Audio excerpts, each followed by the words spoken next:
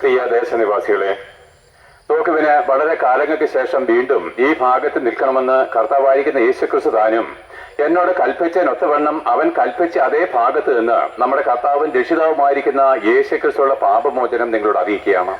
നോക്ക് പ്രിയപ്പെട്ടവരെ, അനേകം വളച്ചുകെട്ടില്ലാതെ വെറുതെ അതും ഇതും വാരി പറയാതെ ഞാൻ നിങ്ങളോട് ചോദിക്കുന്ന ഒരു കാര്യമുണ്ട്. നമ്മളിപ്പോ കേട്ട പാട്ട് പോലെ നമ്മളേറ്റ് അവസാനം ഇങ്ങനെ പാടി തീർത്തു, തിരുഹിതമിഹെ തികച്ച് എന്റെ വേലയെ തികച്ച് നിന്റെ മുമ്പിൽ നിൽക്കുന്ന നാളില്. അല്ലയോ സകല ജാതി മതസ്ഥരുമായിട്ടുള്ളവരെ, ഞാൻ നിങ്ങളൊരു കാര്യം ചോദിക്കട്ടെ. നമ്മുടെ ജീവിതത്തില് യഥാർത്ഥമായിട്ടും ഇന്നല്ലെങ്കിൽ നാളെ ഒരു മരണമുണ്ട്. എന്നാൽ ദൈവത്തിന്റെ മുമ്പിലേക്ക് മരിച്ചതിന് ശേഷം നിന്റെ നിത്യത എവിടെയാണ്? നമ്മൾ ഈ ഭൂമി വിട്ടുപോയതിനു ശേഷം നമുക്ക് ദൈവത്തോടു കൂടെ ജീവിപ്പാൻ കഴിയുമോ? ഈ ഭൂമിയിലെ ജീവിതത്തിന് ശേഷം നമ്മൾ എങ്ങോട്ടാണ് പോകുന്നത് എന്നുള്ളതിനെ പറ്റി നിങ്ങൾക്ക് ഇന്നവരെ ഒരു ആലോചനയോ ചിന്തകളോ ഉണ്ടായിട്ടില്ലെങ്കിൽ അങ്ങനെ ഒരു ചിന്ത നിങ്ങളുടെ ജീവിതത്തിൽ ഉണ്ടാക്കുവാൻ വേണ്ടിയിട്ട് മാത്രമാണ് ഇന്ന് ഞാൻ ഇവിടെ നിൽക്കുന്നത്. അപ്പോൾ നോക്കുവിന്, നമ്മളെല്ലാവരും മനുഷ്യരാണ്. വ്യത്യസ്തമായിരിക്കുന്ന മതത്തിലും വ്യത്യസ്തമായിരിക്കുന്ന വിശ്വാസത്തിലും വ്യത്യസ്തമായിരിക്കുന്ന രാഷ്ട്രീയപരമായിരിക്കുന്ന അധികാരത്തിന്റെ കീഴിലും നമ്മൾ അണിനിരക്കുന്നുവെങ്കിലും നമ്മളെല്ലാവരും കഠിനമായിരിക്കുന്ന ദുഃഖത്തിലും നിരാശയിലും അപമാനത്തിലും കൂടിയാണ് ഓരോ ദിവസവും കടന്നു പോകുന്നത്. ചിലരെന്താണ് ധനമഹാത്മ്യത്തിൽ ഉല്ലസിക്കുന്നു, ചിലരെന്താണ് കുലമഹിമയിൽ ഉല്ലസിക്കുന്നു, ചിലരെന്താണ് അവർ മറ്റുള്ളവരെക്കാളും ജ്ഞാനമുള്ളവരാണെന്ന് കണ്ട് അഹങ്കരിക്കുന്നു. പക്ഷെ എല്ലാ ജ്ഞാനികളും എല്ലാ ധനവാന്മാരും എല്ലാ മതവിശ്വാസികളും ഒരു ദിവസം മരണം കൊണ്ട് ഈ ഭൂമിയിൽ നിന്ന് അപ്രത്യക്ഷരാകുകയാണ്. അപ്പോൾ നമുക്കൊരു കാര്യം മനസ്സിലാകും, ഈ ഭൂമിയിലുള്ള ചെറിയ ആയുസ്, അല്ലെങ്കിൽ ഇന്നലെ ജനിക്കുകയും നാളെ മരിച്ചു പോവുകയും ചെയ്യുന്ന ഈ ചെറിയ ആയുസ് യഥാർത്ഥമായിട്ട് ഈ ഭൂമിയിൽ നമുക്കൊരു സ്ഥിരവാസമില്ല എന്ന് തെളിയിക്കപ്പെട്ട കാര്യമാണ്. അതായത് ഏത് ദിവസവും ഏത് നിമിഷവും മരിച്ചു പോകാവുന്ന ഈ ഭൂമിയിലെ ജീവിതത്തിൽ 60 70 അല്ല മാക്സിമം 100 വയസ്സ് വരെ ജീവിച്ചു കഴിഞ്ഞാലും നാം മരിച്ചേ പറ്റൂ എന്നൊരു കാര്യം നിങ്ങൾക്കുണ്ടെങ്കിൽ, നമുക്ക് പ്രിയപ്പെട്ടവരെ, ഈ മരിച്ചതിന് ശേഷം എന്താണ് എന്ന് അന്വേഷിക്കുന്നവരാണ് യഥാർത്ഥമായിരിക്കുന്ന ബുദ്ധിമാന്മാര്. അപ്പോൾ നോക്കുവിന്, ഞങ്ങൾ ആ ഒരു വിഷയത്തെ പറ്റിയാണ് പറയുന്നത്. അങ്ങനെയാണെങ്കിൽ നമുക്കൊരു മരണമുണ്ടെങ്കിൽ മരിച്ചതിന് ശേഷം നമ്മൾ എങ്ങോട്ടാണ് പോകുന്നത്? നമുക്കറിയാം, ഈ ആകാശത്തെ ഭൂമിയെ സൃഷ്ടിച്ചവന് ഒരു ദൈവമാണ്. ദൈവത്താൽ അല്ലാതെ ഈ ആകാശവും ഭൂമിയും സൃഷ്ടിക്കപ്പെടുകയില്ല. ആരും എന്താണ് അവരുടെ സ്വന്തം വിചാരങ്ങൾ കൊണ്ടോ എന്തെങ്കിലും വലിയൊരു വസ്തു പൊട്ടിത്തെറിച്ചോ ഭൂമി ഉണ്ടാകുകയില്ല. ഇത്ര മനോഹരമായിരിക്കുന്ന ഈ ഭൂമി സൃഷ്ടിക്കണമെങ്കിൽ ഒരുവൻ വേണമായിരുന്നു. നോക്കുവിന്, നമ്മളൊരു വീട്ടിൽ താമസിക്കുകയാണ്. എന്റെ ചുറ്റും എത്രയോ മനോഹരമായിരിക്കുന്ന വീടുകളുണ്ട്. ഈ വീടൊന്നും സ്വയമായിട്ടുണ്ടായി വന്നതല്ല. മഴക്കാലത്ത് ഈ പർവ്വത മുകളിൽ നിന്നും മണ്ണും കല്ലും മരത്തടികളും ഒലിച്ചു വന്ന് ഒരു വീടും സ്വയമായിട്ട് ഇവിടെ ഉളവായിട്ട് വന്നിട്ടില്ല. ഏത് വീടും ചമയ്ക്കുവാൻ, ഏത് ഭവനം ചമയ്ക്കുവാനും ഒരു പുരുഷൻ വേണമെങ്കിൽ ഈ ആകാശത്തെയും ഭൂമിയെയും ഇത്ര ജ്ഞാനത്തോടെ വിരിക്കണമെങ്കിൽ അതിന്റെ പിന്നിൽ പ്രവർത്തിച്ച ഒരു വ്യക്തിയുണ്ട്. ആ വ്യക്തിയെ നമ്മൾ ദൈവം എന്ന് വിളിക്കാം. അപ്പോഴെന്താണ്, എല്ലാവരും ചിന്തിക്കുന്ന ഒരു കാര്യമുണ്ട്, ദൈവമുണ്ട്, ഞാൻ സമ്മതിച്ചിരിക്കുന്നു. പക്ഷെ ദൈവം ആരാണ് എന്ന് എനിക്ക് ഇന്നേവരെ മനസ്സിലായിട്ടില്ല. അല്ലാതെ മനസ്സിലാക്കുവാൻ നീ അതിനെ അന്വേഷിച്ചിട്ടില്ല. ആരാണ് സത്യദൈവം എന്ന് അന്വേഷിപ്പാൻ നിങ്ങളുടെ ഹൃദയത്തിൽ ഇന്നേവരെ എന്താണ് ആഗ്രഹം തോന്നിയിട്ടുമില്ല. ഓരോ ദിവസവും തിന്നും കുടിച്ചും ആനന്ദിച്ചും മറ്റുള്ളവരെ പരിഹസിച്ചും മറ്റുള്ളവരെ കുറ്റം പറഞ്ഞും സ്വന്തം മഹത്വത്തിൽ പുകഴ്ത്തിക്കൊണ്ട് ഒരു ദിവസം മരിക്കുന്ന ദിവസം അറിയാതെ നരകാഗ്നിയിലേക്ക് ഒടുങ്ങിപ്പോകുന്ന നിങ്ങളുടെ അലസമായിരിക്കുന്ന ജീവിതത്തിന് മുമ്പിൽ പ്രിയപ്പെട്ടവരെ, നിങ്ങളൊരു ബുദ്ധിമാനാണ് എന്ന് എങ്ങനെയാണ് തെളിയിക്കുന്നത്? തീർച്ചയായിട്ടും ദൈവത്തെ അന്വേഷിക്കുന്നവനാണ് ബുദ്ധിമാൻ എന്നാണ് ദൈവം പറഞ്ഞിരിക്കുന്നത്. ആകയാൽ ഇന്ന് ഞാൻ മരിക്കുകയാണെങ്കിൽ എന്റെ നിത്യത എവിടെയാണെന്ന് എന്നുള്ളതിനെ പറ്റി നിങ്ങൾ ചിന്തിച്ചിട്ടില്ലെങ്കിൽ കേട്ടുകൊള്ളുവിന്. ഈ മനോഹരമായിരിക്കുന്ന ആകാശത്തെയും ഭൂമിയെയും നമ്മൾ കാണുന്നു. നമ്മൾ ജനിച്ച നാൾ മുതൽ ഇതിനകത്തെ വെള്ളം, വായു, ഇതിനകത്ത് ഈ സൂര്യന്റെ ചൂട്, ഇതെല്ലാം നമ്മൾ അനുഭവിക്കുന്നു. എന്നാൽ ഇന്ന് വരെ ഇതാരാണ് സൃഷ്ടിച്ചതെന്ന് അന്വേഷിപ്പാൻ നമുക്ക് മനസ്സ് വന്നില്ലെങ്കിൽ പ്രിയപ്പെട്ടവരെ, ഇന്ന് നമുക്കൊന്ന് ചിന്തിക്കാം. ഈ മനോഹരമായിരിക്കുന്ന ഭൂമി സൃഷ്ടിച്ചതാരാണ്? ഈ സൂര്യനെ സൃഷ്ടിച്ചതാരാണ്? ഈ ചന്ദ്രനെ സൃഷ്ടിച്ചതാരാണ്? ഞാൻ ഓരോ ദിവസവും ശ്വസിക്കുന്ന ഈ വായു, ഇതാരാണ് എനിക്ക് വേണ്ടി സൃഷ്ടിച്ചു തന്നത്? ദൈവം എന്നെ ഈ ഭൂമിയിലാക്കി വെച്ചത് വഴി എന്തെങ്കിലും ഉദ്ദേശമുണ്ടോ? പല മതത്തിലും പല വിശ്വാസത്തിലും നിന്നുകൊണ്ട് ദൈവമല്ലാത്തതിനെ ആരാധിച്ചുകൊണ്ടും നമ്മളെ ഒരു ആശ്വാസ വാക്കുകൾ കൊണ്ട് പോലും ആശ്വസിപ്പാൻ കഴിയാത്ത രാഷ്ട്രീയ നേതാക്കന്മാർക്ക് വേണ്ടി കൊടി പിടിച്ച് ജയ് വിളിച്ചുകൊണ്ട് നിന്റെ കഷ്ട ദിവസങ്ങളിൽ ആശ്വാസമില്ലാതെ ഈ ഭൂമിയിൽ മരിച്ചു പോകുന്ന അനുഭവത്തില് ഒരാശ്വാസദായകനുണ്ടോ എന്ന് നമുക്ക് അന്വേഷിക്കാം. ആകയാൽ നോക്ക് പ്രിയപ്പെട്ടവരെ, ഞാൻ പറഞ്ഞു വരുന്ന എന്റെ സാരം എന്താണ്? ഞാൻ വളരെ അധികാരത്തോടും നിങ്ങളോടുള്ള ആർദ്രതയോടും സ്നേഹത്തോടും കൂടി അറിയിക്കുമ്പോൾ ഞാൻ നിങ്ങളൊരു കാര്യം വ്യക്തതയോടെ പറയുന്നു. ഒരു മനുഷ്യൻ മരിച്ചു കഴിഞ്ഞാൽ എന്താണ് അവന്റെ അവസ്ഥ എന്നറിയാമോ? നിങ്ങൾ പറയുന്നു നമ്മുടെ ഉപദേശിമാര് അല്ലെങ്കിൽ എന്താണ് നമ്മുടെ പള്ളിയിലച്ചന്മാര് ധൂപപ്രാർത്ഥന ചെയ്യുമ്പോൾ നമ്മൾ സ്വർഗത്തിൽ പോകുമെന്ന് നമ്മൾ വിചാരിക്കുന്നു. ഹിന്ദുമത വിശ്വാസിയായിരുന്ന എന്റെ വിചാരം പണ്ടെന്തായിരുന്നു അറിയാമോ? മരിച്ചതിന് ശേഷം ആരെങ്കിലും ചെയ്യുന്ന അടിയന്തരങ്ങളാൽ പിണ്ടാടിയന്തരങ്ങളാൽ മോക്ഷപ്രാപ്തി നേടുമെന്ന് ഞാനും വിചാരിച്ചു പോന്നിരുന്നു. പക്ഷെ ഇത് രണ്ടും വ്യർത്ഥമാണ് പ്രിയപ്പെട്ടവരെ. ഞങ്ങൾ എന്തിനാണ് സുവിശേഷം സുവിശേഷം അറിയിക്കുന്നതെന്ന് ചോദിച്ചു കഴിഞ്ഞാൽ, ഈ ദൈവത്തിന്റെ മുമ്പിൽ എല്ലാവരും നിൽക്കണമെങ്കിൽ നമുക്കൊരു പാപമോചനം വേണം. അല്ല, ക്രിസ്തീയ മതവിശ്വാസികളോട് ഞാൻ ചോദിക്കുന്ന ഒരു ചോദ്യമുണ്ട്. നിങ്ങൾ തന്നെ നിങ്ങളുടെ സാക്ഷ്യം കൊണ്ട് പലപ്പോഴും സംബന്ധിച്ച ഒരു കാര്യമുണ്ട്. നിങ്ങൾ മരിച്ചതിന് ശേഷം നരകവിധിയിലേക്കാണ് പോകുന്നതെന്ന് നിങ്ങളുടെ നാവ് തന്നെ നിരന്തരം സാക്ഷ്യം പറയുന്ന ഒരു സാക്ഷ്യം. അത് നിങ്ങളുടെ നാവ് പറഞ്ഞതാണ്, ഞാൻ പറഞ്ഞതല്ല. അതെന്താണ്? നിങ്ങൾ മരിച്ചു കഴിഞ്ഞാൽ നരകവിധിയിലേക്ക് പോവുകയുള്ളെന്ന്. അതാ ക്രിസ്തീയ മതവിശ്വാസികളും പുരോഹിതന്മാരും നിരന്തരം പറയുന്ന സാക്ഷ്യം എന്താണ്? നിങ്ങളുടെ നാവ് തന്നെ നിങ്ങളെ നരകത്തിലേക്ക് കൊണ്ടുപോകുന്നു. അതെന്താണ് നിങ്ങളുടെ സാക്ഷ്യം? നിങ്ങൾ ഇങ്ങനെ പറയും, ദൈവമേ നീ പരിശുദ്ധൻ പരിശുദ്ധൻ പരിശുദ്ധൻ. അതേ നാവ് കൊണ്ട് തന്നെ നിങ്ങൾ പറയും, ഞാൻ പാപിയും ദോഷിയുമാണെന്ന്. അങ്ങനെയാണെങ്കിൽ ഞാൻ നിങ്ങളോട് ചോദിച്ചിട്ട് പ്രിയപ്പെട്ടവരെ, പരിശുദ്ധനായിരിക്കുന്ന ദൈവത്തോടു കൂടെ പാപിയായിരിക്കുന്ന നിനക്ക് ജീവിപ്പാൻ കഴിയത്തില്ല, സ്വർഗരാജ്യം നിനക്ക് അവകാശമാക്കുവാൻ കഴിയത്തില്ലെന്ന് നിന്റെ നാവ് തന്നെ സാക്ഷ്യം പറഞ്ഞിരിക്കെ, നമുക്ക് പ്രിയപ്പെട്ടവരെ അതിൽ നിന്നൊരു മാറ്റം വേണ്ടയോ? കാലാകാലങ്ങളായിട്ട് പാരമ്പര്യ പ്രകാരമായിട്ട് നമ്മൾ പാപികളും ദോഷികളുമായിട്ട് തുടരുന്നുവെങ്കിൽ നിങ്ങളും നിങ്ങളുടെ പിതാക്കന്മാരും പൂർവ്വപിതാക്കന്മാരും നിങ്ങളുടെ പുരോഹിതന്മാരും എന്നും എല്ലായ്പ്പോഴും പാപികളും ദോഷികളും എന്ന് സാക്ഷ്യം പറയുമ്പോൾ അതിന്റെ അർത്ഥം എന്താണെന്ന് നിങ്ങൾക്കറിയാമോ? അതിന്റെ ഭയങ്കരത്വം എന്താണെന്ന് അറിയാമോ? ഇന്ന് ഞാൻ മരിക്കുകയാണെങ്കിൽ ഞാൻ നരകവിധിയിലേക്കാണ് പോകുന്നത്. ഓ, പരിശുദ്ധനായിരിക്കുന്ന ദൈവത്തോടു കൂടി എനിക്ക് ജീവിപ്പാൻ കഴിയത്തില്ല, സ്വർഗത്തിലേക്ക് എനിക്ക് പ്രവേശിപ്പാൻ കഴിയത്തില്ല. ഇന്ന് ഞാൻ മരിക്കുകയാണെങ്കിൽ നരകത്തിലേക്കാണ് പോകുന്നതെന്ന് നിങ്ങളും നിങ്ങളുടെ പുരോഹിതന്മാരും എല്ലാ ദിവസവും സാക്ഷ്യം പറയുന്നുണ്ട്. ദൈവമേ നീ പരിശുദ്ധൻ പരിശുദ്ധൻ പരിശുദ്ധൻ, ഞാനോ പാപിയും ദോഷിയും എന്ന് പറയുമ്പോൾ ദൈവവും നീയും തമ്മിൽ ശത്രുത്വമാണെന്ന് നീ തന്നെ സാക്ഷ്യം പറഞ്ഞിരിക്കുന്നു. അങ്ങനെയാണെങ്കിൽ നോക്ക് പ്രിയപ്പെട്ടവരെ, ഇത്ര ഭയങ്കരമായിരിക്കുന്ന ഈ പാപത്തിൽ നിന്ന്, നിന്നെ നരകാഗ്നിയിലേക്ക് തള്ളിക്കളയുന്ന ഈ ഭയങ്കരമായിരിക്കുന്ന പാപത്തിൽ നിന്ന് നമുക്കൊരു മോചനം വേണ്ടിയോ പ്രിയപ്പെട്ടവരെ? ഞാൻ വീണ്ടും എടുത്തു പറയുന്നു, നീ പാപിയാണ്, നിന്റെ പിതാവ് പാപിയായിരുന്നു, നിന്റെ പൂർവ്വപിതാക്കന്മാരും പാപിയായിരുന്നു, അവരുടെ പിതാക്കന്മാരും പാപിയായിരുന്നെങ്കിൽ ഇന്നേ വരെ നിങ്ങൾക്ക് പാപമോചനം ലഭിച്ചിട്ടില്ല എങ്കിൽ എന്റെ പ്രിയപ്പെട്ടവരെ, ക്രൂശിക്കപ്പെട്ട ക്രിസ്തുവിനെ കൊണ്ട് നമുക്ക് എന്താണ് പ്രയോജനം? ഇനി ഹിന്ദുവായിരുന്ന എന്റെ അവസ്ഥ എന്താണെന്ന് അറിയാമോ? പോകാത്ത ക്ഷേത്രങ്ങളില്ലാത്ത, പോകാത്ത ആചാരങ്ങളില്ല, ചെയ്യാത്ത ആചാരങ്ങളില്ല, തീർത്ഥാടനങ്ങൾ അനവധി കഴിഞ്ഞു, കടമെടുത്തും എന്താണ് ഈ വിവിധമായിരിക്കുന്ന കാര്യങ്ങൾ ചെയ്തുവെങ്കിലും പ്രിയപ്പെട്ടവരെ, രാഹുകാലത്തെ ജയിപ്പാൻ പോലും കഴിഞ്ഞിട്ടില്ല. നൂറ്റാണ്ടുകളായിട്ട് തുടർന്നു വരുന്ന ഈ ആചാരങ്ങൾക്കോ അനുഷ്ഠാനങ്ങൾക്കോ രാഹുകാലത്തെ പോലും ജയിപ്പാൻ കഴിഞ്ഞിട്ടില്ലെങ്കിൽ ആ മതവിശ്വാസവും വ്യർത്ഥമാണെന്ന് നിങ്ങൾ അറിഞ്ഞുകൊള്ളുവിന്. മുസ്ലിം മതവിശ്വാസികളോട് ഞങ്ങൾ സംസാരിക്കുമ്പോൾ അവർ പറയുന്ന ഒരു കാര്യമുണ്ട്, അവർ മക്കയിൽ പോന്നു, മദീനയിൽ പോന്നു, അവിടെ ഇവിടെ എന്താണ് സക്കാത്ത് കൊടുക്കുന്നു, എല്ലാം കൊടുക്കുന്നു. എന്നിട്ട് ഞാൻ അവരോട് ചോദിച്ചപ്പോൾ അവര് പറയാണ്, ആര് സ്വർഗത്തിൽ പോകാനാണ്? പാപമോചനം ആർക്ക് കിട്ടാനാണ്? ഒരുപക്ഷെ മരിച്ച് അവിടെ ചെല്ലുമ്പോൾ കിട്ടിയാലായി, കിട്ടിയില്ലായി. അപ്പോഴെന്താണ് ക്രിസ്തീയ മതം ഉൾപ്പെടെ എല്ലാ മതത്തിലും എന്താണ് പാപമോചനമില്ല. എല്ലാവരും മരിച്ചതിന് ശേഷം നരകവിധിയിലേക്ക് ഒടുങ്ങിപ്പോകുന്നെന്ന് അവർക്ക് തന്നെ അറിയാം. ഇന്ന് ഞാനൊരു യാക്കോബായ സഭയിലുള്ള ഒരു യൗവനക്കാരുടെ സുവിശേഷം പറഞ്ഞു, പൂമലയിലാണ്. അദ്ദേഹം പറഞ്ഞു, മരിച്ചിട്ട് എല്ലാവരും നരകത്തിലോട്ടാണ് പോകുന്നതെന്ന്. അതായത് അദ്ദേഹം പറഞ്ഞത് അദ്ദേഹത്തിന്റെ വീട്ടുകാരും ബന്ധുക്കളും പിതാക്കന്മാരും അവരുടെ പുരോഹിതന്മാരും എല്ലാവരും മരിച്ചിട്ട് നരകത്തിലാണ് പോകുന്നതെന്ന് ഒരു യാക്കോബായ മതവിശ്വാസി എന്നോട്, അതായത് അവന്റെ കടയിലും വീട്ടിലുമൊക്കെ എന്താണ് പരിമല തിരുമേനിയുടെ ഫോട്ടോയും ഒക്കെ വെച്ച് അതിന് മുമ്പിൽ വിളക്ക് കത്തിക്കുന്ന ഇവൻ തന്നെ എന്നോട് സാക്ഷ്യം പറഞ്ഞതാണ്, അവൻ മരിച്ചാൽ നരകത്തിലേക്ക് പോകത്തുള്ളെന്ന്. എന്നാൽ പ്രിയപ്പെട്ടവരെ, ഇന്ന് ഞാൻ പ്രസംഗിക്കുന്ന ഈ പ്രസംഗം എന്താണെന്ന് അറിയാമോ? എനിക്ക് നല്ല ഉറപ്പുണ്ട്, ഇന്ന് ഞാൻ മരിച്ചു കഴിഞ്ഞാൽ നരകത്തിലേക്കല്ല, ഞാൻ സ്വർഗീയ വാസത്തിലേക്ക് എന്റെ കർത്താവായിരിക്കുന്ന യേശുക്രിസ്തുവിനോട് കൂടെ, ആ വിശുദ്ധനായിരിക്കുന്ന കർത്താവിനോട് കൂടെ വാഴുവാനായിട്ടത്രേ ഞാൻ ഈ ഭൂമിയിൽ മരിക്കുന്നത്. ആകിയാൽ നോക്ക് പ്രിയപ്പെട്ടവരെ, പാപം എന്താണ്, പാപമോചനം എന്താണ് കേട്ടുകൊള്ളുവിന്. ഉന്നത പാപങ്ങളെ താഴ്ത്തുവിന്. അപ്പന്മാരെ, നിങ്ങളുടെ മക്കളെ സ്നേഹിക്കുന്നെങ്കിൽ നിന്റെ മതഭക്തിക്കോ നിന്റെ ഈ ലോകത്തിലെ രാഷ്ട്രീയ നേതാക്കന്മാർക്കോ നിന്റേതായിരിക്കുന്ന സ്ഥാനമഹാത്മ്യത്തിനോ യാതൊന്നിനും നിന്നെ പാപത്തിൽ നിന്നോ മരണത്തിൽ നിന്നോ നരകവിധിയിൽ നിന്നോ വിടുവിപ്പാൻ കഴിയത്തില്ല. എന്നാൽ ഇവിടെ നിന്നെല്ലാം രക്ഷിപ്പാൻ കഴിയുന്ന ഏകനാമം യേശുക്രിസ്തുവിന്റെ നാമമാണ്. അതിന്റെ കാരണം എന്താണെന്ന് ഞാൻ വേഗത്തിൽ പറഞ്ഞു നിർത്താം. അതായത് ഈ ഭൂമി ഇങ്ങനെ പാപം കൊണ്ട് നിറഞ്ഞത് എന്താണ്? അനേക ജാതി മതസ്ഥനായിട്ട് പിരിഞ്ഞ് നമ്മൾ തമ്മിൽ കൊല്ലുന്നത് എന്തിനാണ്? പ്രിയപ്പെട്ടവരെ, ഭൂമിയിൽ ഒരു മനുഷ്യനെ മാത്രമേ ദൈവം സൃഷ്ടിച്ചിട്ടുള്ളൂ. 6000 വർഷങ്ങൾക്ക് മുമ്പ് ദൈവത്തിന്റെ അതേ രൂപത്തിലും അതേ സാദൃശ്യത്തിലും ഏക പുരുഷനെ മാത്രമേ സൃഷ്ടിച്ചിട്ടുള്ളൂ. അവൻ ബ്രാഹ്മണനോ ഹിന്ദുവോ ക്രിസ്ത്യാനിയോ മുസ്ലിമോ യാതൊന്നുമല്ല, യഹൂദനോ ഒന്നുമായിരുന്നില്ല. അവൻ ദൈവത്തിന്റെ അതേ രൂപത്തിൽ സൃഷ്ടിക്കപ്പെട്ട വിശുദ്ധനായിരിക്കുന്ന ഒരു മനുഷ്യനായിരുന്നു. അവൻ ആദമെന്ന് പേരിട്ടു. അവനിൽ നിന്ന് തന്നെ ദൈവം ഭാര്യയെ കൊടുത്തു. ആദമിനെ സൃഷ്ടിക്കുന്ന നാളിൽ തന്നെ ഹവ്വയും അവന്റെ ഉള്ളത്തിലുണ്ടായിരുന്നു. അവർ വിശുദ്ധനും ദൈവത്തിന്റെ മക്കളുമായിരുന്നു. അവർ ദൈവത്തോടെ കൂട്ടായ്മയുള്ളവരായിരുന്നു. ദൈവത്തിന്റെ മക്കൾ എന്ന് പറഞ്ഞാൽ ദൈവമായിട്ട് കൂട്ടായ്മയുണ്ടായിരുന്നു. എന്നാൽ ആ മനുഷ്യൻ പാപം ചെയ്ത് അവൻ ദൈവത്തെ ഉപേക്ഷിക്കുകയും അവൻ സാത്താന്റെ അധികാരത്തിലേക്ക് വരികയും അങ്ങനെ അവന് ദൈവം കൊടുത്ത ഈ സർവ്വഭൂമിയും അവനും അവന്റെ കുഞ്ഞുങ്ങളായിരിക്കുന്ന നമ്മളും ഈ എല്ലാ തലമുറകളും സാത്താന്റെ അവകാശമായിട്ട് തീർന്നു. ആദം ദൈവത്തിന്റെ മകനായിരുന്നു. അവൻ വിശുദ്ധനായിരുന്നു. അവൻ ഇപ്പോൾ സാത്താന്റെ സന്തതിയും പാപിയും ദൈവത്തിന് ശത്രുവും സ്വർഗത്തിൽ നിന്ന് പുറത്താക്കപ്പെട്ടവരുമായിട്ട് തീർന്നു. ആ വ്യക്തിയുടെ മകൻ അപ്രിയരെ, മകൾ അപ്രിയരെ നമ്മൾ ഓരോരുത്തരും. അതുകൊണ്ടാണ് നിങ്ങൾ അഭിമാനത്തോടെ ഞങ്ങൾ പാപികളും ദോഷികളും എന്ന് പറയുന്നത്. എന്ന് വെച്ച് കഴിഞ്ഞാൽ ദൈവവുമായിട്ട് ഞങ്ങൾക്ക് ബന്ധമില്ല, ഞങ്ങൾ ആദമിന്റെ മക്കളാണ്, ആദം സാത്താന്റെ സന്തതിയാണ്. ഇന്ന് ഞങ്ങൾ മരിച്ചു കഴിഞ്ഞാൽ നരകത്തിലേക്ക് പോകത്തുള്ളതാണ് നിങ്ങളും നിങ്ങളുടെ പുരോഹിതന്മാരും നിരന്തരമായിട്ട് സാക്ഷ്യം പറയുന്നത്. എന്നാൽ ഒരുവൻ പോലും ബുദ്ധിയുള്ളവനില്ല.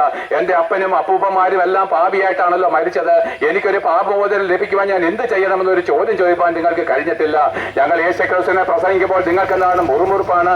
യേശുക്രിസ്തുവിനെ പ്രസംഗിക്കുമ്പോൾ പാപമോചനം പ്രസംഗിക്കുമ്പോൾ ഞങ്ങളെപ്പോലുള്ള ഉപദേശിമാരെ വീട്ടിൽ കയറ്റില്ലെന്നും ഞങ്ങളെപ്പോലുള്ള ഉപദേശിമാരുടെ പ്രസംഗം കേൾക്കലെന്നും നിങ്ങളുടെ പുരോഹിതന്മാർ നിരന്തരം പള്ളികളിൽ പ്രസംഗിച്ചു കൊണ്ടിരിക്കുന്നു. എന്നിട്ട് നിങ്ങൾ ആരും അന്വേഷിച്ചില്ല ആ പ്രസംഗം കേട്ടാൽ എന്താണ് കുഴപ്പം? പ്രിയപ്പെട്ടവരെ, നമ്മൾ ഒരു ദിവസം മരിക്കും. എല്ലാ ജാതി മതത്തോട് പറയുന്നു, മരണമില്ലാത്ത ആരും എന്നെ കേൾക്കുന്നില്ല.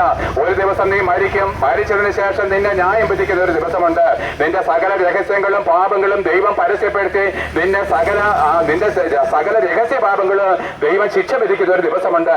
അന്ന് അവിടെ ഒരു നിയമപുസ്തകമുണ്ട്, അത് ബൈബിളാണ്. പ്രിയരെ, സകല ജാതി മതത്തോടും കേട്ടുകൊള്ളുവിന്, നീ മരിച്ചതിന് ശേഷം നിന്നെ ന്യായം വിധിക്കുന്നത് വിശുദ്ധ വേദപുസ്തകമായിരിക്കുന്ന ബൈബിൾ വെച്ചാണ്.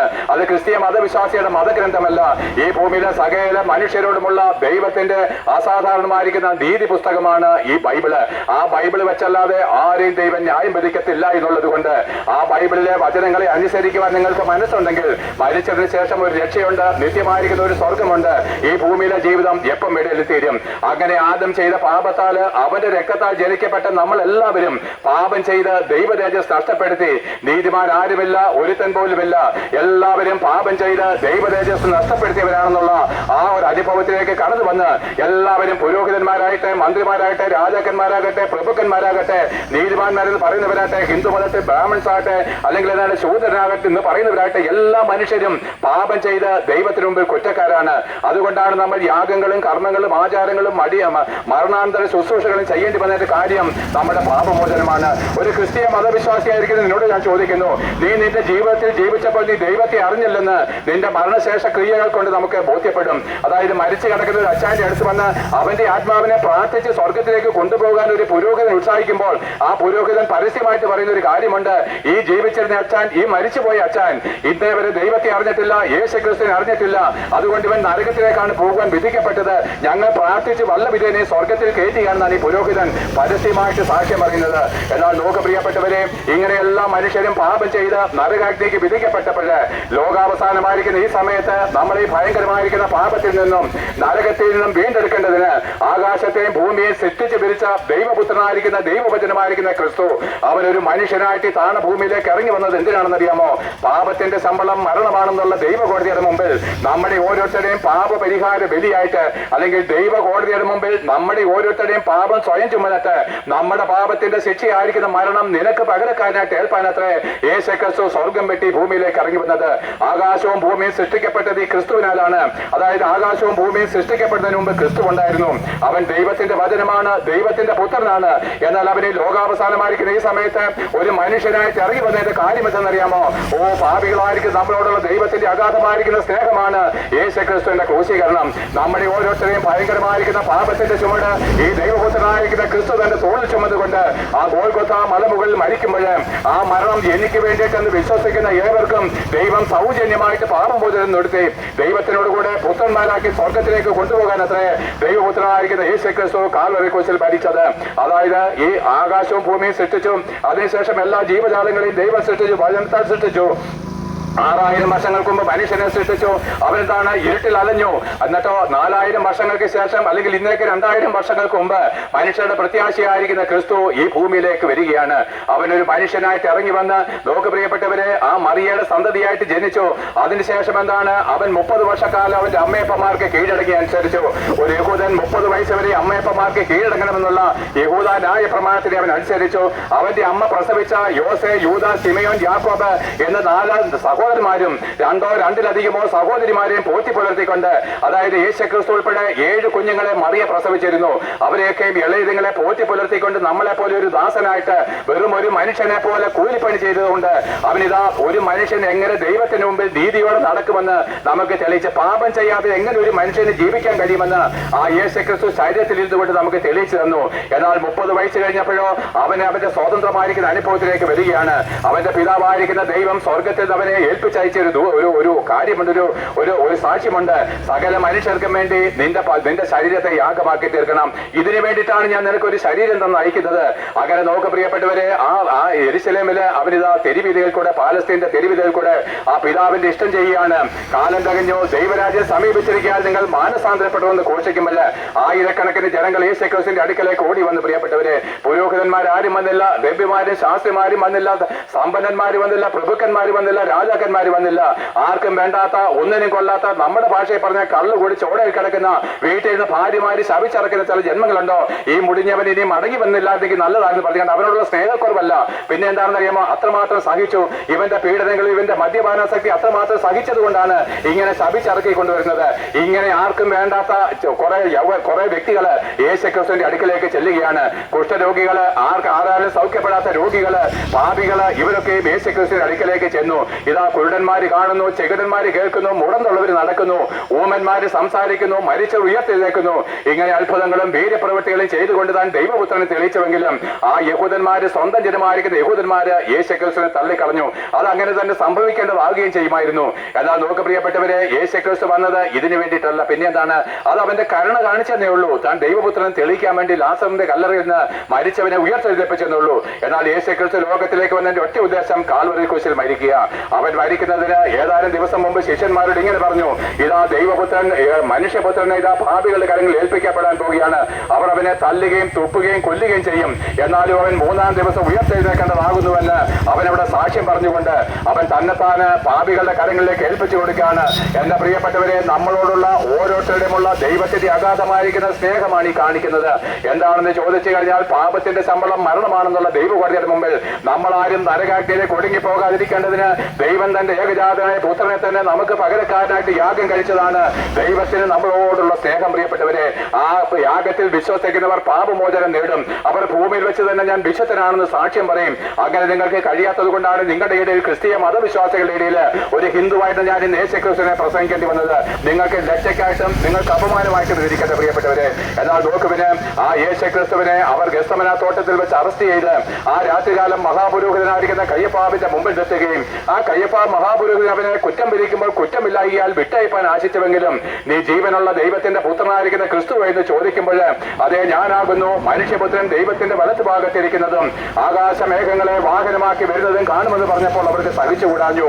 ദൈവം ഒരുവനത്തെ, പിന്നെ ഇവൻ പുത്രൻ എന്ന് പറഞ്ഞു കഴിഞ്ഞാൽ ദൈവത്തിനോട് തന്നെത്താൻ സമനാക്കിയല്ലോ. അവനെ ക്രൂശിക്കുക, അവനെ കൊല്ലുക എന്നവർ ആർത്തുകൊണ്ടിരുന്നു. യഹൂദ പുരുഷന്മാരെ നിങ്ങൾ എന്ത് പറയുന്നു, അവനെ കൊല്ലുക എന്ന പുരോഹിതന്മാരോട് ചേർന്ന് ആ പുരുഷന്മാർ വാർത്തുകൊണ്ടിരുന്നു. പ്രിയപ്പെട്ടവരെ, നിങ്ങളെ പോലെ ദൈവവചനത്തെ സ്നേഹിക്കാതെ പുരോഹിതന്മാരുടെ കള്ള ഉപദേശങ്ങൾക്ക് നിന്നുകൊണ്ട് ആ പ്രവാചകന്മാരുടെ വാക്ക് ക്രിസ്തു ഇങ്ങനെ കഷ്ടം സഹിച്ച് മരിക്കണമെന്നുള്ള പ്രവചനം അവർ കേട്ടിട്ടും വായിച്ചിട്ടും അവരെന്താണ്, പുരോഹിതന്മാരുടെ ഇഷ്ടത്തിനും ധനസമ്പാദനത്തിനും വേണ്ടി അവരുടെ ജീവനായകനായിരിക്കുന്ന യേശുക്രിസ്തുവിനെ തള്ളിക്കളഞ്ഞ യഹൂദജനം ആ കഷ്ടത്തിലേക്ക് പോകുകയാണ്. മഹാകഷ്ടത്തിലേക്ക് അവർ പോകാൻ പോകുകയാണ്. എന്തുകൊണ്ടാണെന്നറിയാമോ? ഞാൻ പിന്നെ പറഞ്ഞു തരാം.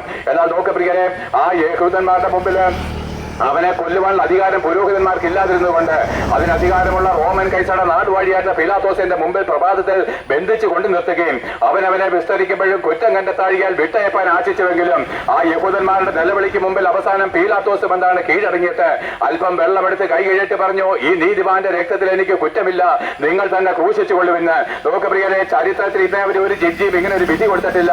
എന്റെ മുമ്പിൽ നിൽക്കുന്നവരോട് പറഞ്ഞു, ഇവൻ നീതിമാനാണ്, വിശുദ്ധനാണ്, ഇവനെ കൊല്ലുവാനായിട്ട് ഏൽപ്പിച്ചു തരുന്നു പറഞ്ഞു കഴിഞ്ഞാൽ ഇത് അസാധാരണമായിരിക്കുന്ന വിധിയാണ്. എന്നാൽ ലോക പ്രിയപ്പെട്ടവരെ, എന്തുകൊണ്ടാണ് പീലാത്തോസ് അങ്ങനെ പറഞ്ഞെന്നറിയാമോ? യേശുക്രിസ്തു യോഗ്യനാണെന്ന് ലോകം അംഗീകരിച്ചു. ഇവൻ നമ്മുടെ പാപപരിഹാര ബലിയായിട്ട് അർപ്പിക്കുവാൻ വിശുദ്ധനാണെന്ന് ലോകം അംഗീകരിച്ചതിന് ശേഷമാണ് അവനെ ക്രൂശിപ്പാനായിട്ട് കൊണ്ടുപോകുന്നത്. അങ്ങനെ നോക്കുവിന് ആ പീലാത്തോസിന്റെ കരകളിൽ നിന്നും യഹൂദന്മാർ അവനെ കൈയൽക്കുകയാണ്. എന്നാൽ ഒരു കാര്യം കൂടി ഇവിടെ പറയാതിരിക്കേണ്ടത് തരമായി വരികയില്ല. ആ പീലാത്തോസ് അവസാനം അവനെ ഏൽപ്പിച്ചു കൊടുക്കുമ്പോൾ ഈ നീതിമാന്റെ രക്തത്തിൽ എനിക്ക് കുറ്റമില്ല എന്ന് പറഞ്ഞപ്പോൾ യഹൂദന്മാർ പറഞ്ഞ ഒരു കാര്യമുണ്ട്, ആ രക്തം ഞങ്ങളുടെ മേലും ഞങ്ങളുടെ മക്കളുടെ മേലും വന്നുകൊള്ളട്ടെ. എന്താണ് പറഞ്ഞത്? ആ രക്തം ഞങ്ങളുടെ മേലും ഞങ്ങളുടെ മക്കളുടെ മേലും വന്നുകൊള്ളട്ടെ. സകല ജാതി മതസ്ഥരുമായിട്ടുള്ളവരെ, സകല ഉന്നതന്മാരും ചെറിയവരുമായിട്ടുള്ളവരെ കേട്ടുകൊള്ളുവിന്. യഹൂദന്മാർ അങ്ങനെ നിലവിളിച്ചത് കാര്യം എന്തെന്നറിയാമോ? ഞങ്ങൾ യഹൂദന്മാര് അബ്രഹാമിന്റെ സന്തതികളാണ് എന്ന് വെച്ചാൽ നമ്മൾ പറയുന്നത് പോലെ പാരമ്പര്യം പറയുന്നവരായിരുന്നു യഹൂദന്മാരും. അതുകൊണ്ടതാണ് അവരുടെ ഏകരക്ഷകനായിരിക്കുന്ന യേശുക്രിസ്തുവിനെ അംഗീകരിപ്പാൻ അവർക്ക് മനസ്സിലായില്ല. ഈ മറിയയുടെ സന്തതി, ഈ ദരിദ്രനായിരിക്കുന്ന ചെറുക്കന് എങ്ങനെ ഞങ്ങളുടെ രാജാവായിട്ട് തീരും? അവർ പറഞ്ഞു, കൈസറല്ലാതെ ഞങ്ങൾക്കൊരു രാജാവില്ല. എന്നാൽ നോക്ക് പ്രിയപ്പെട്ടവരെ, ആ ക്രിസ്തുവിനെ അവർ തള്ളിക്കളഞ്ഞത് വഴി ആ രക്തം ഞങ്ങളുടെ മേലും ഞങ്ങളുടെ മക്കളുടെ മേലും വന്നുകൊള്ളട്ടെ എന്ന് പറഞ്ഞതിന്റെ ബാക്കി പത്രമാണ് കഴിഞ്ഞ ഒക്ടോബർ 7-ന് 1400 ഇസ്രായേൽ ജനത്തിന്റെ കഴുത്ത് ഹമാസ് കാറി വന്നിട്ട് അറുത്തതിന്റെ ഉത്തരവാദി എന്തെന്നറിയാമോ? ഹമാസ് അല്ല, യഹൂദന്മാരുമല്ല, ദൈവവുമല്ല, സാത്താനുമല്ല, പിന്നെ ആരെന്നറിയാമോ? 2023 വർഷങ്ങൾക്ക് മുമ്പ് അവരുടെ പിതാക്കന്മാര് ചോദിച്ച് മേടിച്ച ഒരു കാര്യമുണ്ട്, ആ രക്തം ഞങ്ങളുടെ മേലും ഞങ്ങളുടെ മക്കളുടെ മേലും വന്നുകൊള്ളട്ടെ. എന്റെ പ്രിയപ്പെട്ടവരെ, പിതാക്കന്മാരെ കേട്ടുകൊള്ളുവിന്. ഞങ്ങളെ പോലുള്ള പാവപ്പെട്ട ഉപദേശമാര്, നിങ്ങളുടെ ധനമഹാത്മ്യം ഇല്ലാത്തവര്, നിങ്ങളുടെ അത്രയും സമൂഹത്തിൽ പ്രൗഢിയില്ലാത്ത ഞങ്ങള് ഏഴകളെ പോലെ തെരുവോരകളിൽ നിന്ന് യേശുക്രിസ്തുവിനെ പ്രസംഗിക്കുമ്പോൾ നിങ്ങളുടെ പുരോഹിതന്മാര് പറയാണ്, ഇവന്മാരെ വീട്ടിൽ കയറ്റല്ല, ഇങ്ങനെയുള്ള ഉപദേശം നിങ്ങൾ കേൾക്കല്ല.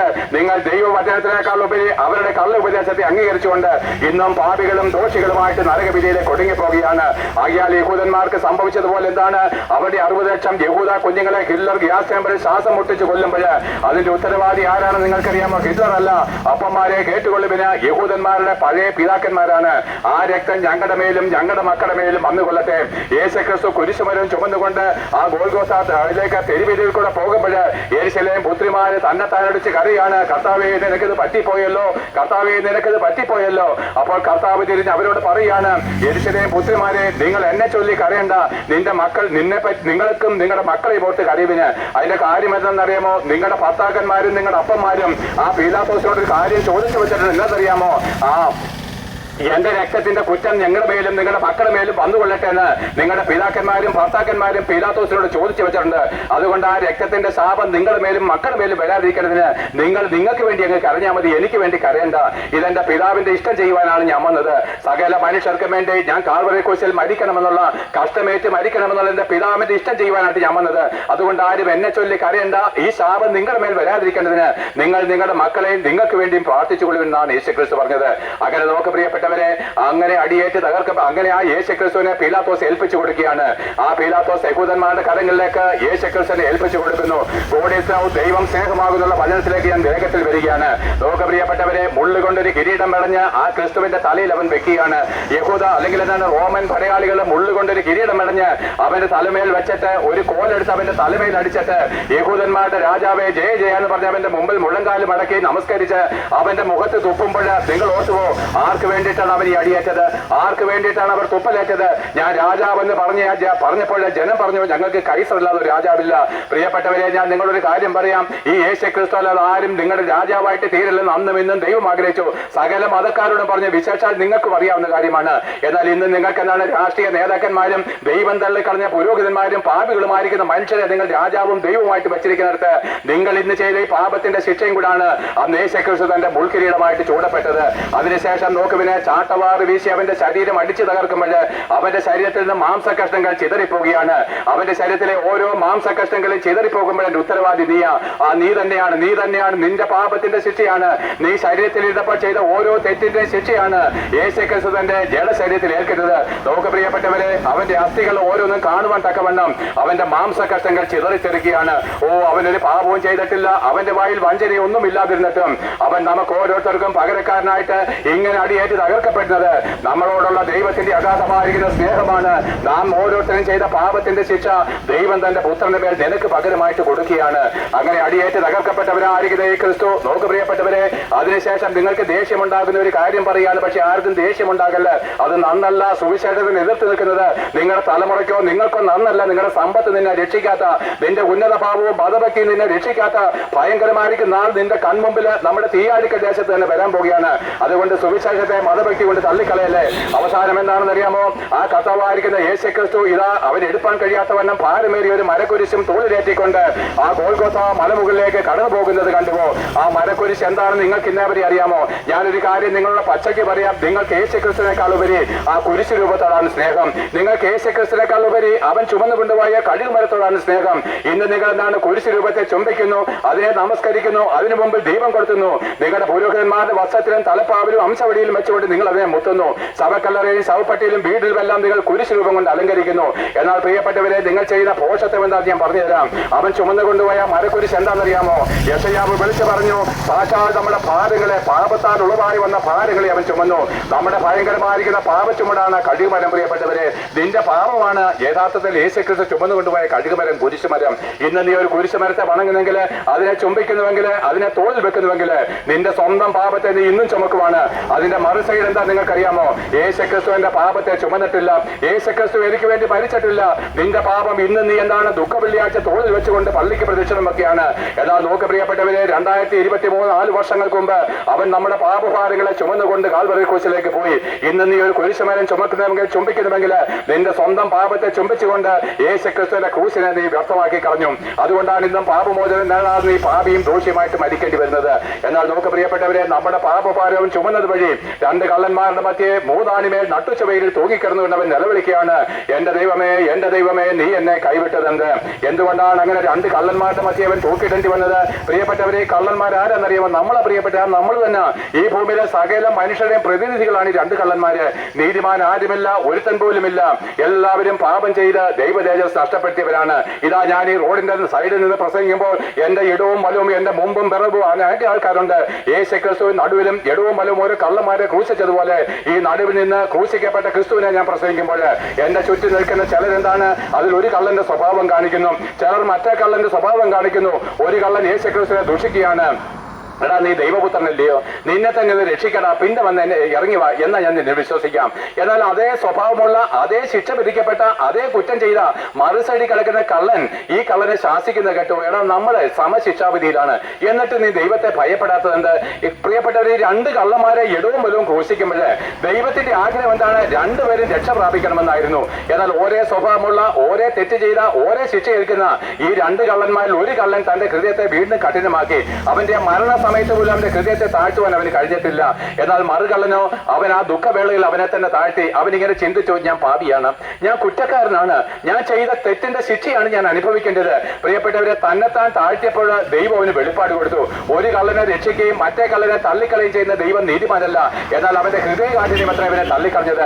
നിങ്ങളുടെ മധ്യത്തിൽ ഞാൻ യേശുക്രിസ്തുവിന്റെ പാപമോചനവും ക്രൂശീകരണം പ്രസംഗിക്കുമ്പോൾ നിങ്ങളുടെ ഹൃദയം ഏത് കള്ളന്റെ സ്വഭാവത്തിലേക്ക് വരും? അനുതപിക്കുന്ന കള്ളനെ പോലെയോ ഹൃദയകാഠിന്യമുള്ള കള്ളനെ പോലെയോ നിങ്ങൾ തീരുമാനിച്ചുകൊള്ളുക. ഇതിനകത്ത് ദൈവത്തിനോ സാത്താനോ ആർക്കും ഒരു ശക്തി ചെലുത്തുവാൻ കഴിയത്തില്ല. നിന്റെ സ്വന്തം ബില്ലിലാണ് തീരുമാനിക്കേണ്ടത്. എന്നാൽ അവൻ തന്നെത്താൻ താഴ്ത്തിയപ്പോഴാണ് ദൈവം വെളിപ്പാട് കൊടുത്തത്. അയ്യോ ശരിയാണല്ലോ, ഞാൻ എന്റെ പാപത്തിന്റെ ശിക്ഷയാണ് അനുഭവിക്കുന്നത്. അത് അവനെ തന്നെ താഴ്ത്തിയപ്പോൾ അവന് വെളിപ്പാട് കിട്ടി. എന്റെ ചാരത്ത് കിടക്കുന്ന ഈ ക്രിസ്തുവോ, ഇവൻ എന്റെ ഏകരക്ഷകനാണ്, ഇവനാണ് ദൈവം, ഇവൻ എനിക്ക് പകരക്കാരനായിട്ട് മരിക്കുന്നെന്നുള്ള വെളിപ്പാട്. പ്രിയപ്പെട്ടവരെ, ഹൃദയങ്ങളെ താഴ്ത്താതെ ദൈവത്തിന്റെ വെളിപ്പാട് നിങ്ങൾ വരുത്തില്ല. നിന്റെ പാപത്തെ പറ്റി നിനക്ക് ഇന്ന് ബോധം വന്നാൽ, നിന്റെ പാപത്തെ പറ്റി ഞാൻ പാപിയായിരിക്കുന്ന ഞാൻ ഇന്ന് മരിച്ചു കഴിഞ്ഞാൽ ഞാൻ നരകത്തിലെ പോകത്തുള്ളൂ എന്നുള്ള ബോധം നിന്നിൽ വന്നു കഴിഞ്ഞാൽ നിനക്ക് ഇന്ന് കണ്ണുനീരും നിലവിളിയും ഉണ്ടാകും. അപ്പോൾ ദൈവം നിനക്ക് വെളിപ്പാട് തരും, പുത്രന്റെ ക്രൂശിന്റെ വെളിപ്പാട് തരും. അങ്ങനെ നോക്ക് പ്രിയപ്പെട്ടവരെ, 2ാമത്തെ കള്ളനിതാ തന്നെത്താൻ താഴ്ത്തിയപ്പോൾ ദൈവം വെളിപ്പാട് കൊടുത്തു. നിന്റെ ചാരത്ത് കിടക്കുന്ന ഇവൻ തന്നെ നിന്റെ രക്ഷകൻ. അവനിലേക്ക് നോക്കിക്കേ, അവൻ നിന്റെ പാപത്തിന് പരിഹാര ബലിയായിട്ട് നിനക്ക് പകരക്കാരനായിട്ട് മരിക്കുകയാണ്. അത് അവന് വെളിപ്പെട്ട് വന്നപ്പോൾ അവനെ കർത്താവിനെ നോക്കി പറഞ്ഞു, കർത്താവേ, യേശുവേ, നീ രാജാവായിട്ട് മടങ്ങി വരുമ്പോൾ എന്നെയും കൂടെ ഓർക്കണമേ. പ്രിയപ്പെട്ടവരെ, ഇതാണ് സ്നാനം. ഏത് സ്നാനം? ഈ സ്നാനത്തിലേക്കാണ് ഞാൻ നിങ്ങളെ നയിക്കുന്നത്. അതിനെ പ്രിയപ്പെട്ട യേശുക്രിസ്തുവിന്റെ ക്രൂശിൽ മരിച്ച 2 കള്ളന്മാര് സ്ഥാനമേറ്റു ചോദിച്ചില്ലേ? സ്ഥാനമേറ്റു. ആ യേശുക്രിസ്തുവിനോട് കൂടെ മരിക്കുന്നതാണ് സ്നാനം. ഒരു കള്ളൻ മാനസാന്തരപ്പെടാതെ മരിച്ച് നരകത്തിലേക്ക് പോയി, അതേ സ്വഭാവമുള്ള മറ്റേ കള്ളൻ മാനസാന്തരപ്പെട്ട് മരിച്ചിട്ട് സ്വർഗത്തിലേക്ക് പോയെങ്കിൽ മാനസാന്തരപ്പെട്ടിട്ട് വേണം സ്നാനമേൽപ്പാൻ. എന്നാൽ ആ യേശുക്രിസ്തു കാൽവരി ക്രൂശിൽ മരിക്കുമ്പോൾ ശ്രദ്ധ വെച്ച് കേൾക്കണമേ, ഈ പ്രസംഗം വെച്ച് മരിച്ചതിന് ശേഷം നമ്മൾ വീണ്ടും കണ്ടുമുട്ടും. മരിച്ചതിന് ശേഷം ഇതേ പ്രസംഗം വെച്ച് ദൈവം ന്യായം വിധിക്കും. പ്രിയപ്പെട്ടവരെ, എന്നാൽ നോക്കുവിന് ആ യേശുക്രിസ്തു കാൽവരി ക്രൂശിൽ മരിക്കുകയാണ്. ആ യേശുക്രിസ്തു കാൽവരി ക്രൂശിൽ മരിക്കുമ്പോൾ കണ്ടോ, തിരശ്ശീല കീറിപ്പോത് കണ്ടോ? അതായത് ആദം പാപം ചെയ്തപ്പോൾ ദൈവമാണ് ഈ തിരശ്ശീല നടുച്ചുവരെ തൂക്കിയത്. മനുഷ്യരുടെയും ദൈവത്തിന്റെ ഇടയിൽ ഈ തിരശ്ശീല തൂക്കിയതിന്റെ കാര്യം എന്തെന്നറിയാമോ? നിങ്ങൾ പറയുന്ന പോലെ നിങ്ങൾ പാപിയും ദൈവം പരിശുദ്ധനുമായതുകൊണ്ട് പാപിയും പരിശുദ്ധനായിരിക്കും ദൈവം തമ്മിൽ കൂട്ടായ്മയില്ല, ശത്രുത്വമാണെന്നാണ് ഈ തിരശ്ശീല തെളിയിക്കുന്നത്. എന്നാൽ യേശുക്രിസ്തുവിന്റെ ശരീരം എന്ന തിരശ്ശീല ഈ മുകൾ തൊട്ട് 4 വരെ കീറിയപ്പോൾ ദൈവത്തിന് മനുഷ്യനോടുള്ള ശത്രുത്വം നീങ്ങിയെന്നും ഏത് പാപിക്കും ദൈവത്തിന്റെ അടുക്കലേക്ക് നേരിട്ട് വിശ്വാസത്താൽ കടന്നു ചെല്ലാമെന്ന് ദൈവം ഇതാ വാഗ്ദത്തം തരികയും ചെയ്തു. എന്നാൽ നിങ്ങൾ ഇനിയും പള്ളികളിൽ പോകുമ്പോൾ നോക്കിക്കണം, ഇന്നും അവിടെ ഒരു തിരശ്ശീലയ്ക്ക് പുറകിലാണ് നിങ്ങൾ ഇരിക്കുന്നതെങ്കിൽ, ഇന്നും നിങ്ങളുടെ മുമ്പിൽ ഒരു തിരശ്ശീല ഉണ്ടെങ്കിൽ തന്നെത്താൻ അടിച്ച് കരയണം പ്രിയപ്പെട്ടവരെ. അയ്യോ, 2000 വർഷങ്ങൾക്ക് മുമ്പ് ഈ ക്രിസ്തു ഈ തിരശ്ശീല കീറിയിട്ടും ഇന്നും ഈ തിരശ്ശീലയ്ക്ക് പുറകിൽ ഇരിക്കുന്നത് കൊണ്ട് കർത്താവേ, നിന്നെ എനിക്ക് ഇന്നേ വരെ അംഗീകരിക്കാൻ കഴിഞ്ഞിട്ടില്ല. അയ്യോ, ഞാൻ നരകത്തിലേക്കാണല്ലോ പോകുന്നത്. അതുകൊണ്ട് പ്രിയപ്പെട്ടവരെ, ദൈവം കീറി കളഞ്ഞ തിരശ്ശീലയ്ക്ക് അടുത്തുനിന്ന് മാറും പ്രിയരെ. ആ തിരശ്ശീലയ്ക്ക് പിന്നിൽ നിന്ന് മാറും പ്രിയരെ. ശുദ്ധ ഹൃദയത്തോടെ കർത്താവിന്റെ അടുക്കിലേക്ക് കടന്നു വരുവിൻ. വിശ്വാസത്താലാണ് നീതീകരണം. എന്നാൽ യേശു ക്രിസ്തുവിന്റെ ക്രൂശ് മരണത്തോടുകൂടി ആ തിരശ്ശീല കീറിയത് വഴി ഇതാ സ്വർഗം തുറന്ന വഴി ഇനി യാഗമില്ല, ബലികളില്ല, കർമ്മങ്ങളില്ല, ആചാരങ്ങളില്ല. അതുകൊണ്ട് പൗരോഹിത്യമില്ല. സകല ജാതി മതസ്ഥരുടെയും വിശേഷാൽ ക്രിസ്തീയ മതത്തിലെയും പുരോഹിതന്മാരോട് ഞാൻ പറയുന്നു, പൗരോഹിത്യ ശുശ്രൂഷ ദൈവം നീക്കി കളഞ്ഞതാണ്. ഇന്ന് നിങ്ങൾ പാപികളും ദോഷികളുമായിട്ട് ഇരുന്നുകൊണ്ട് ഈ ജനങ്ങളെ നരകാഴ്ചയിലേക്ക് തള്ളിക്കളയുമ്പോൾ നിങ്ങളുടെ ന്യായവിധി എത്രമാത്രം ഭയാനകമാണെന്ന് നിങ്ങൾക്ക് അറിഞ്ഞുള്ളൂ.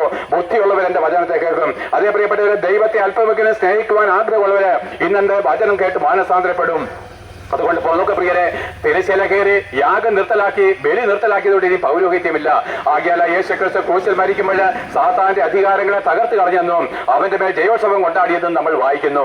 അവന്റെ ശരീരം അടക്കപ്പെട്ടു, ദൈവമോ മരണഭാഷങ്ങളെ അഴിച്ചിട്ട് 3-ാം ദിവസം അവർ ഉയർത്തെഴുന്നേൽപ്പിച്ചത് വഴി അവൻ ഭൂമിയുടെ ഏകാധിപതിയായിട്ട് മടങ്ങി വരുന്നു. അല്ലയോ പ്രിയപ്പെട്ടവരെ, യേശു ക്രിസ്തു ഭൂമിയുടെ ഏകാധിപതിയായിട്ട് മടങ്ങി വരുവാനുള്ള സമയമായിരിക്കുന്നു. എന്നാണ് സകല മുഴങ്കാലും എന്റെ മുമ്പിൽ മടങ്ങും, സകല നാവും യേശു ക്രിസ്തു കർത്താവെന്ന് പിതാവായ ദൈവത്തിന്റെ മഹത്വത്തിനായിട്ട് ഏറ്റു പറയുന്ന വലുതും ഭയങ്കരവുമായിരിക്കും നാളെടുത്തിരിക്കാല് ആ പരിശുദ്ധനായിരിക്കുന്ന സ്വർഗം പോലും അവന്റെ മുമ്പിൽ നിർമ്മലമല്ലെന്ന് സാക്ഷ്യം പറഞ്ഞിരിക്കുന്ന ആ കർത്താവായിരിക്കുന്ന യേശു ക്രിസ്തുവോട് കൂടെ ഒരു നിത്യത പങ്കിടണമെങ്കിൽ, നിങ്ങൾക്കൊരു പാപമോചനം ആഗ്രഹിക്കുന്നുണ്ടെങ്കിൽ, അവൻ സകല ജാതി മതസ്ഥരോടും വിശേഷാൽ ക്രിസ്തീയ മതവിശ്വാസികളോടും ക്രിസ്തീയ മത പുരോഹിതന്മാരും ഉൾപ്പെടെയുള്ളവരോട് ദൈവം കൽപ്പിക്കുകയാണ്, നിങ്ങൾ മാനസാന്തരപ്പെടണം. അപ്പോൾ ഒരാൾ പറയണം, എനിക്കെന്നോ മാനസാന്തരപ്പെടണം, ഞാൻ കള്ളുകുടിച്ചിട്ടില്ല, ഞാൻ ആർക്കും പണം കൊടുക്കാനില്ല, ഞാൻ വ്യഭിചാരം ചെയ്തിട്ടില്ല, അങ്ങനെ പറഞ്ഞ ഒഴിയല്ലേ പ്രിയപ്പെട്ടവരെ. കാരണം എന്താണെന്നറിയാമോ? പക്ഷെ നീ ചെയ്ത ഏറ്റവും വലിയൊരു തെറ്റ് ഞാൻ പറയാം.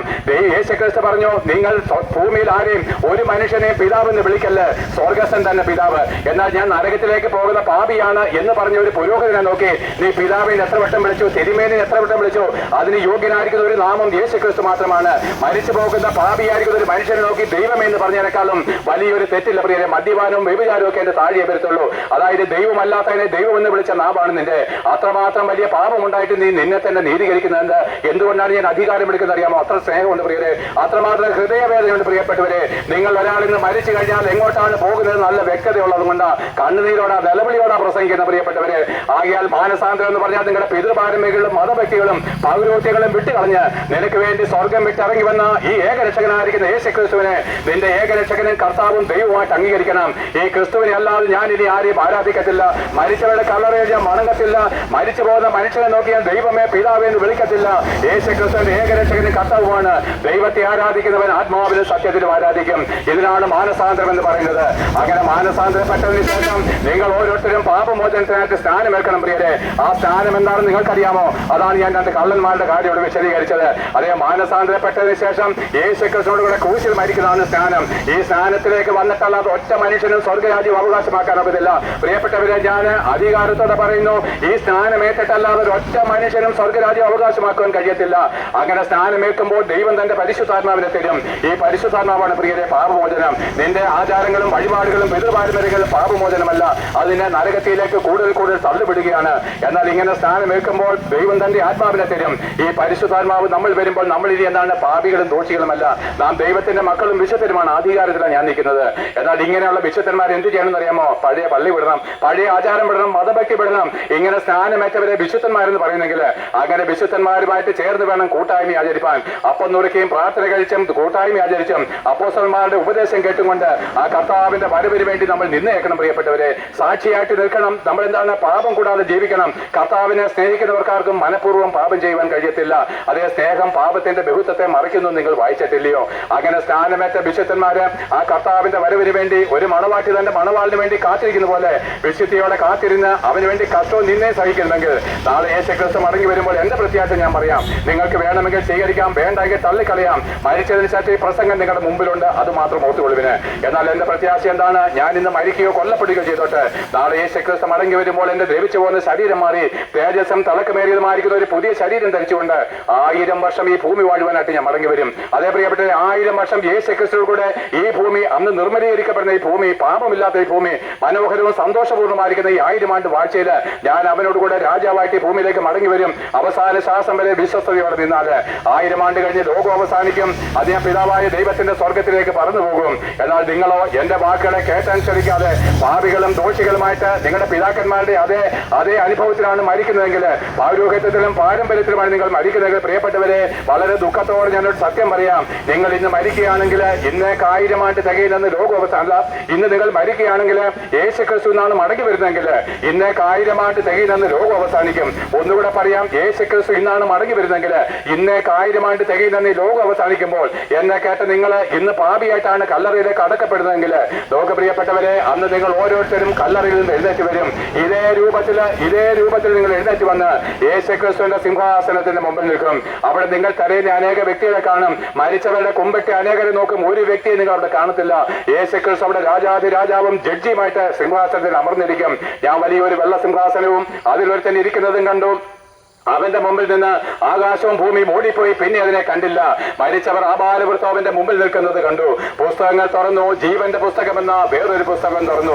മരിച്ചവർക്ക് ഓരോരുത്തർക്കും അവനവന്റെ പ്രവർത്തിക്കൊത്തവണ്ണം ശിക്ഷാവിധി ഉണ്ടായി. ലോകപ്രിയരെ, ഇത് രണ്ടാമത്തെ മരണം. ജീവപുസ്തകത്തിൽ പേരെഴുതി കാണിക്കാത്ത ഏവരെയും തീപ്പൊയ്യിൽ തള്ളിക്കളയും. പ്രിയപ്പെട്ടവരെ, അയ്യോ അപ്പന്മാരെ, നിങ്ങളൊരു കാര്യം അറിയണമേ. അന്ന് നിങ്ങളുടെ കുഞ്ഞുങ്ങൾ നിങ്ങളുടെ മുഖത്ത് നോക്കി പറയും, അപ്പ ഇങ്ങനെയുള്ള ഉപദേശിമാര് നമ്മുടെ വീട്ടിൽ വന്നപ്പോൾ നമ്മുടെ പുരോഹിതന്മാര് പറഞ്ഞ പ്രകാരം അവരെ വീട്ടിൽ കയറ്റിയില്ല, അവരുടെ ഉപദേശം കേട്ടില്ല, ബൈബിൾ നമ്മൾ വായിച്ചില്ല, ഈ ബൈബിൾ വെച്ചാണ് നമ്മളെ ന്യായം വിധിക്കുന്നത് കേട്ടിട്ടും നമ്മുടെ പാരമ്പര്യത്തെ ഒന്നാമത് സ്നേഹിച്ചതുകൊണ്ട് അപ്പ ഞാനും നിന്നോട് കൂടെ നരകത്തിലേക്ക് എരിയപ്പെടണുള്ളൂ എന്ന് നിറകനോട് പറയുമ്പോൾ നിന്റെ മുഖം നിലത്തോളം കൊരിഞ്ഞിട്ട് പറയും, പറ്റിപ്പോയി മക്കളെ, പറ്റിപ്പോയി, നമ്മൾക്കിനി ഒരു രക്ഷയില്ലല്ലോ. പ്രിയപ്പെട്ടവരെ, അന്ന് നമ്മൾ നരകാഗ്നിയിലേക്ക് തള്ളപ്പെട്ടാല് നിങ്ങൾക്കറിയാമോ, എത്ര കോടി വർഷമെന്നൊരു കണക്കില്ല, സമയവും കാലവും ഇല്ല, സൂര്യയന്ത്ര നക്ഷത്രാദികൾ ഇല്ലാത്തതുകൊണ്ട് അത് എറ്റേണലാണ്, ഇൻഫിനിറ്റിയാണ്, ഒരിക്കലും മടങ്ങി വരാത്ത എരിനരകമാണ്. അതിലേക്ക് നമ്മുടെ ആത്മാവ് വെന്ത് വെന്ത് വെന്ത് വെന്ത് ഒരിക്കലും തീരാത്ത കഠിനമായിരിക്കുന്ന വേദനയിലേക്ക് നിങ്ങൾ എരിയപ്പെടും. പ്രിയപ്പെട്ടവരെ, എന്നാൽ ഇന്നെന്ന് പറയുന്ന ദിവസം നിങ്ങൾക്കൊരു സമാധാനത്തിന്റെ വഴിയുണ്ട്. ഉന്നത ഭാവവും നഗളഹൃദയം താട്ടി മതഭക്തികളും പാരമ്പര്യവും പൗരോഹിത്യവും തള്ളിക്കളഞ്ഞ് ഇന്ന് കർത്താവായിരിക്കുന്ന യേശുക്രിസ്തുവിനെ നിങ്ങൾക്ക് അംഗീകരിക്കാമെങ്കിൽ, മാനസാന്തരപ്പെട്ട് സ്നാനമേൽക്കാമെങ്കിൽ നിങ്ങൾക്ക് ഇന്ന് തന്നെ വിശുദ്ധന്മാരായിട്ട് തീരുവാൻ കഴിയും.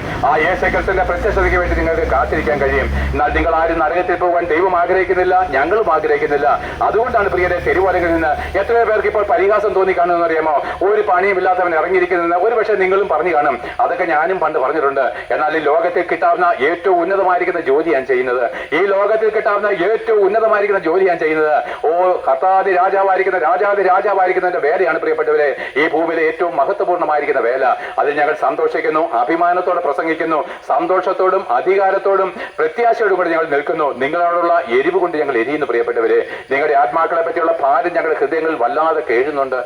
പ്രിയപ്പെട്ടവരെ, നിങ്ങൾ മരിച്ചു കഴിഞ്ഞാൽ നരകത്തിലേക്ക് പോകും. മാനസാന്തരപ്പെട്ടില്ലെങ്കിൽ, സ്നാനമേറ്റിട്ടില്ലെങ്കിൽ, ദൈവത്തിന്റെ ആത്മാവിനെ പ്രാപിച്ചിട്ടില്ലെങ്കിൽ, പ്രിയപ്പെട്ടവരെ, ഞങ്ങൾക്ക് അതിനെപ്പറ്റി അറിയാവുന്നതുകൊണ്ടല്ലേ ഞങ്ങൾ പ്രസംഗിക്കുന്നത്. അതുകൊണ്ട് വീണ്ടും ഒരിക്കൽ കൂടി ഞാൻ നിങ്ങളോട് പറയുകയാണ്, ഉന്നതഭാവങ്ങളെ താഴ്ത്തുവിൻ. പിതൃപാരമ്പര്യങ്ങളും മതഭക്തിയും വഞ്ചകന്മാരായിരിക്കുന്ന പാരമ്പര്യങ്ങളെയും വഞ്ചകന്മാരായിരിക്കുന്ന പുരോഹിതന്മാരെയും തള്ളിക്കളഞ്ഞ് മാനസാന്തരപ്പെട്ട് സ്നാനമേറ്റ് യേശുക്രിസ്തുവിന്റെ ആത്മാവിനെ പ്രാപിച്ച് ദൈവത്തിന്റെ മക്കളും വിശുദ്ധരുമായിട്ട് അവന് വേണ്ടി കഷ്ടം സഹിച്ച് വചനം പറയുന്നു, സ്ത്രീഹ ഇങ്ങനെ കൽപ്പിച്ചിരിക്കുന്നു, എന്താണ്, അവനോടുകൂടെ മരിച്ചുവെങ്കിൽ നാം അവനോടുകൂടെ ജീവിക്കും, അവനോടുകൂടെ കഷ്ടം അനുഭവിച്ചാൽ നാം അവനോടുകൂടെ വാഴും. അവനോടുകൂടെ മരിക്കുന്നത് സ്നാനത്തിലാണ്, അവനോടുകൂടെ കഷ്ടം സഹിക്കുന്നത് പൗലോസ് ഉൾപ്പെടെയുള്ളവർ ചെയ്ത സുവിശേഷ വേദകളിലാണ്. അങ്ങനെ സ്നാനമേറ്റ് ദൈവത്തിന്റെ പരിശുദ്ധാത്മാവിനെ പ്രാപിച്ച് കഷ്ടം സഹിച്ച് ദൈവരാജ്യം അവകാശമാക്കി എന്നേക്കും ജീവിച്ചു കൊള്ളുമെന്ന് നിങ്ങളോട് ഉത്ബോധിപ്പിച്ചുകൊണ്ട് പ്രസംഗം നിർത്തുകയാണ്. കേട്ട ഏവർക്കും യേശുക്രിസ്തുവിന്റെ നാമത്തിൽ നന്ദി.